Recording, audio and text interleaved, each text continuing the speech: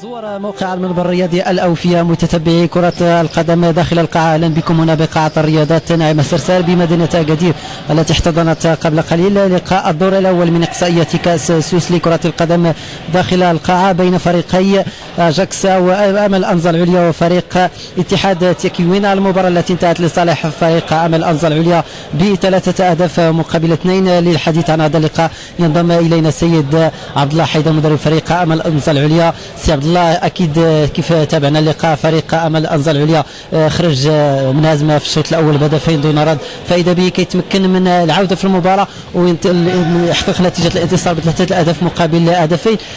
سي عبد الله، السؤال ديالنا هو شنو هو السر وشنو هو السر ديال عوده فريق امل انزا العليا في المباراه وتحقيق نتيجه الانتصار؟ شنو هما التعليمات اللي عطيتوها للاعبين فيما بين الشوطين؟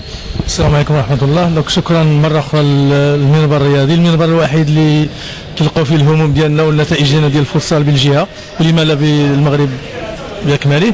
دونك المقابله كي كانت مقابله عاديه، حنا لعبنا بلا ضغط بلا والو.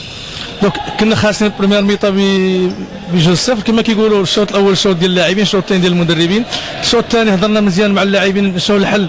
دونك فريق بصراحه كان تكنيك مناقش شنو الحل ديالك، خصك دير ليه الضغط واحد درنا بريسين مشينا لعبنا عندهم ولينا كنا ناخذوا كره وتمكنا من الرجوع في النتيجه والفوز. وثانيا حنا كان عندنا الشوط الاول كانوا عندنا لاعبين اول مره تيدخلوا مع الفريق. مازال حنا في الطور اللي تنجربوا لاعبين اللي مازال ما عندهم تجربه. اللاعبين اللي كان عندنا كما كيقولوا البياس ميتريز ديالنا راه كنا حطيناهم في الكرسي الاحتياط كنتسناو الوقيته اللي غندخلهم. الحمد لله نفذوا التعليمات وكانت النتيجه لصالحنا، هي ب3 اهداف مقابل 2.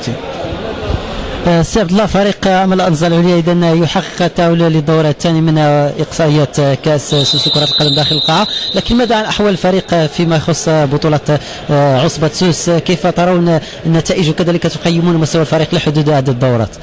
الحمد لله حتى الساعه لحدود الدوره الرابعه. دونك تمكنا من الفوز في مقابلتين ونهزمنا في مقابلتين. هازمنا بطريقه اللي هي كنقول ساذجه، طريقه اللي ما كناش سوء الحظ كيما عمر التحكيم، ولكن ما غاديش نلقاو بالكلمه على التحكيم.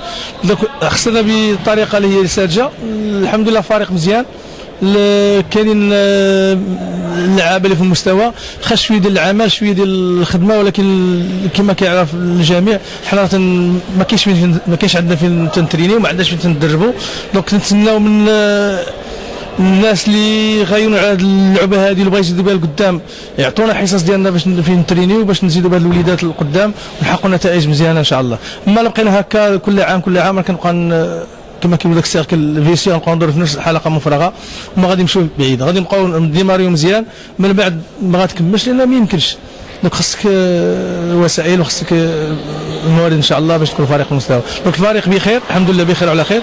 كنتمناو نمشيو هكا بهذا الريتم هذا باش نساليو البطوله في مراكز مشرفه ومتقدمه ان شاء الله، باش ما نعانيوش كما عانينا العام اللي فات. كنا مزيانين ولسوء او ما عرفت لسوء الحظ ما عرفت لحسن الحظ كنا كما كيقولوا عانينا بزاف في الدور الثاني من البطوله. نترك لك كلمه اخيره سي عبد الله حيدر. اللي بغيت نقول كاين جنود الخفاء اللي منهم بحال الاخ عصام وسليمان، هذا المدرب الثاني والمدرب ديال الفريق هذا اللي تيخدم في الخفاء. كاين واحد السيد ديالنا ياسين قريش راه مشى كيدير حتى هو التكوين ديالو. كاين عبد الفتاح هذا اللوجيستيك ديال الفريق، يعني كل شيء في الفريق، التنقل ديالو بكل شيء. هاد الناس اللي تيعانيوا 3 الناس زائد السيد اللي مشى 4، بصراحه هذا هو الفريق.